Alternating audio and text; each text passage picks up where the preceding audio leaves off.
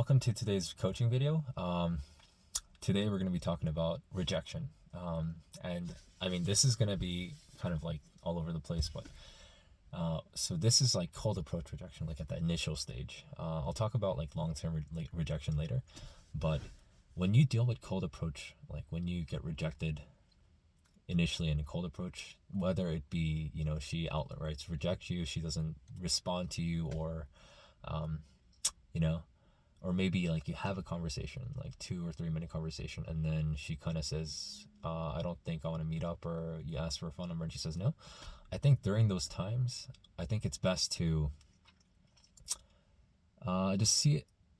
Of course, it's painful, but when you do so many approaches and you kind of, she's just at a certain point, after a certain point, maybe it still hurts, but after maybe like 100, 200 approaches, she's just a statistic in a bell curve.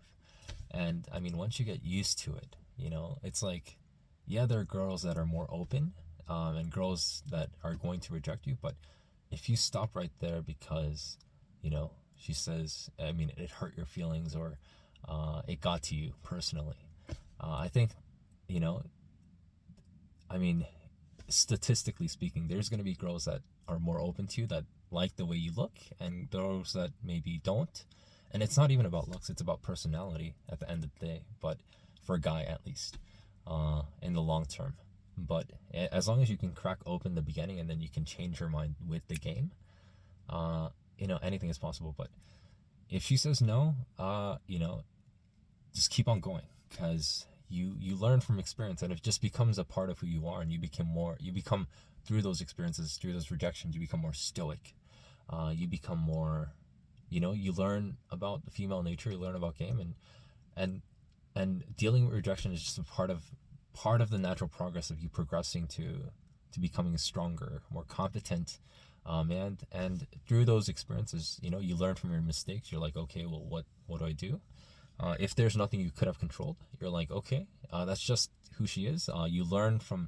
You kind of learn about her character, and then, if you sense rejection, you can reject her first, or you can be like, before she says I'm not interested or anything, you'd be like, have a good one, and then just kind of move on, and you just become more stoic over time. Now, when we talk about long-term rejection, like let's say you've been dating 3, 4, 5 months, 6 months, over a year, 2 years, 3 years, 4 years, that's a little bit different because you spent more time with her and you invested your time with her. And rejection, that type of rejection where you spent over 3, maybe a year, you invested over a year in that relationship, yeah, that hurts. But I think time is the best healer for long-term rejection and long-term like cheating or something like that. Long-term rejection in a long-term relationship. And you just got at that point, it's, you just got to let time heal you.